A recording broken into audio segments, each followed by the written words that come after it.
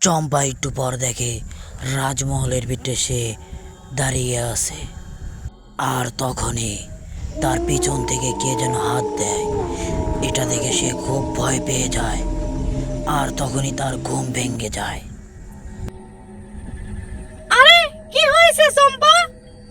আর চম্পা তখনই হাঁফাতে লাগে আর ওর মাথা দিয়ে ঘাম ঝরতে লাগে। আরে কিছু তো বল, কি হয়েছে তোর? আরে খারাপ একটা স্বপ্ন দেখেছি। আরে তুই মনে হয় এই মিথ্যা গল্পটা নিয়ে একটু বেশিই ভাবছিস। আমরা তো কয়েকটা ফটো তুলে এখান থেকে চলে যাব, এই গ্রাম থেকে। তখন মেঘনা অনেক ভয় পেয়ে যায়। ভয় পেয়ে যাওয়ার পর তার শরীর দিয়ে ঘাম ঝরতে লাগে। আর এই গ্রামে এক এক দিন এক একটা ঘটনা ঘটেই চলেছে। আর ঠাকুমা ওদেরকে ডাক দিতেই যায়। আরে তোমরা হাত মুখ ধুয়ে রেডি হয়ে তাড়াতাড়ি খেতে এসো, তোমাদের খাবার দেওয়া হয়েছে টেবিলে। এই কথা বলে ঠাকুমা তো ওখান থেকে চলে যায়।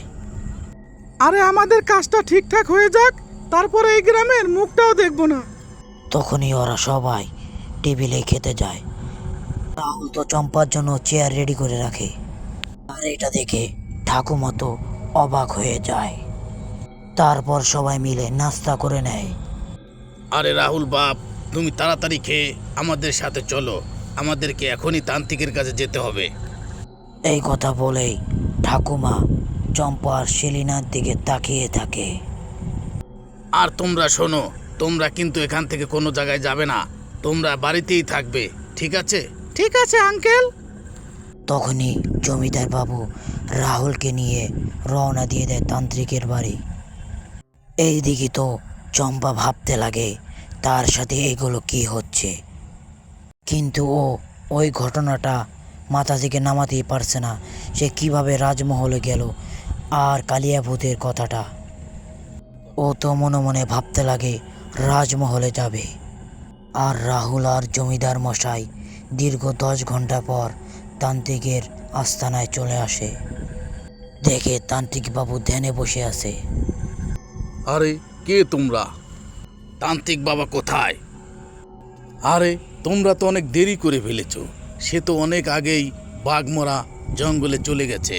তখন জমিদার বাবু হা হয়ে তাকিয়ে থাকে। আরে আমাদের গ্রামে সে কিভাবে গেল? আমাদের গ্রামে যে বিপদ হয়েছে সে এটাই বা কি করে জানলো? আরে বাবা তো অনেক দিন ধরে ধ্যানে ছিলেন, আর ওই ধ্যানের ভিতরেই জেনে গেছে যে তোমাদের গ্রামে একটা বিপদ হতে চলেছে। আরে তান্ত্রিক মহারাজ মনে হয় আগেই জেনে গিয়েছে যে ছোট তান্ত্রিক ওখানে গিয়েছিল আর সে মারা গেছে। চলো বাড়ি ফিরতে হবে। আরে বাবা তাড়াতাড়ি চলো, তান্ত্রিক মহারাজ মনে হয় আমাদের আগেই বাড়ি চলে যাবে। হ্যাঁ তুমি ঠিক বলেছো, তাড়াতাড়ি চলো। ধন্যবাদ তোমাকে। তখন তারা গ্রামের দিকে যেতে লাগে। যেতে যেতে তাদের রাত অন্ধকার হয়ে যায়। আর এদিকে সমস্ত গ্রামবাসীরা একসাথে হয়ে যায়। কিন্তু সমস্ত লোক গ্রামের ওই দরজার দিকে তাকিয়েছিল। হে প্রভু, রাত হয়ে গেল, এখনো তো জমিদার মশাই বাড়িতে ফিরল না। একটু পরই তো কালিয়া ভূত চলে আসবে গ্রামের মধ্যে। কিছুক্ষণ পরেই গ্রামের আবহাওয়া পুরো চেঞ্জ হয়ে যায়। এটা দেখে গ্রামবাসীরা খুব ভয় পেয়ে যায়। দরজার দিক তাকাতেই তান্ত্রিক মহারাজ গ্রামের ভিতরে প্রবেশ করে। তান্ত্রিক মহারাজকে সবাই দেখে সবার মুখে একটু হাসি ফোটে। আরে ওই দেখো, তান্ত্রিক মহারাজ আসছে। গ্রামবাসীরা অনেক খুশি হয়ে যায়। तांत्रिक महाराज की जय हो, तांत्रिक महाराज की जय हो। सभी ने তান্ত্রিক মহারাজ সবার দিকে তাকিয়ে থাকে। সবাই তাকে স্বাগতম জানায়। আমার স্বামী আর আমার ছেলে কোথায় যে গেল, এখনো তো বাড়ি ফেরার নাম নেই।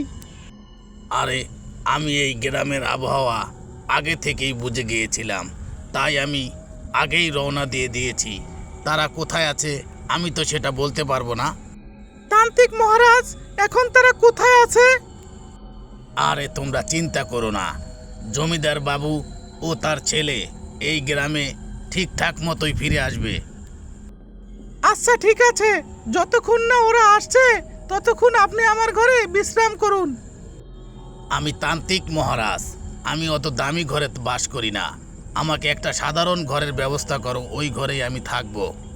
এই কথা শুনতেই ঠাকুমা সকল গ্রামবাসীদেরকে বলতে লাগে। তোমরা সবাই মিলে তান্ত্রিক বাবার জন্য ঘরটা রেডি করো, আর তান্ত্রিক বাবার কি কি লাগে তোমরা দাও। তখন কিছু মানুষ তান্ত্রিক বাবার জন্য কিছু জিনিস আনতে যায়, আর তখন তান্ত্রিক বাবা ওই গাছের নিচে বসে বসে ধ্যানে বসে যায় কিভাবে কালিয়া ভূত থেকে এই গ্রামকে বাঁচানো যায়। আর তখনই চম্পা ওখানে বসে বসে ভাবতে লাগে, আর সকল গ্রামবাসীরা ওই ঘরটা পরিষ্কার করতে লাগে। আর তখনই রাহুল আর জমিদার মশাই ওই গ্রামের মধ্যে প্রবেশ করে তান্ত্রিক বাবাকে দেখে সে খুব খুশি হয়ে যায়। তুমি এসে গেছো? কেমন আছেন তান্ত্রিক মশাই? তান্ত্রিক মশাই এই কথা শোনার পর চোখটা খোলে। তখনই এক গ্রামবাসী বলে, আরে বাবু, ঘরটা পরিষ্কার করা হয়ে গেছে, এখন চাইলে আপনি যেতে পারেন। তোমরা সবাই আমার সাথে চলো, আজকে ওই ঘরের ভিতরে যে আমি কালিয়া ভূতের আসল রহস্যটা কি আমরা সকলে মিলে সেটা দেখব।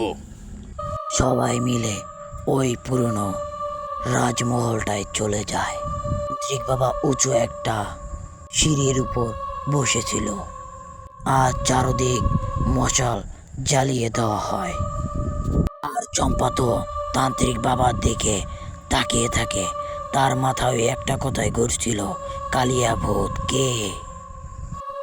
অনেক দিন আগের কথা, এই গ্রামে অনেক একটা রহস্যময় ঘটনা ঘটে গেছে যা তোমরা কেউ জানো না। অনেক দিন আগে এই রাজ্যের রানীর একটা মেয়ে ছিল, নাম ছিল মেঘা। আরে মহারাজ, এই গ্রামে তো মহামারী বেড়েই চলেছে, আর এরকম ভাবে যদি মহামারী বাড়তেই থাকে তাহলে তো রাজ্য অচল হয়ে যাবে মহারাজ।